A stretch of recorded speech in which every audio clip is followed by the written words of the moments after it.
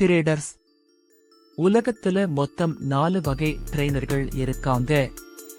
உங்க மெண்டர் இதுல யாரு பாருங்க. முதல் வகை, இவங்களுக்கு ட்ரேடிங் நல்லா தெரியும். ஆனா மன அழுத்தமும் டிசிப்ளினும் இல்லாததால சொந்தமா ட்ரேட் பண்ணாம கிளாஸ் மட்டும் எடுப்பாங்க. இரண்டாம் வகை, மார்க்கெட் பத்தின விஷயங்களை வெறும் பாட புத்தக அறிவு மாதிரி தியரியா மட்டும் சொல்லிக் கொடுப்பவர்கள். மூன்றாம் வகை, இவங்க நிஜமான ட்ரேடர்ஸ்.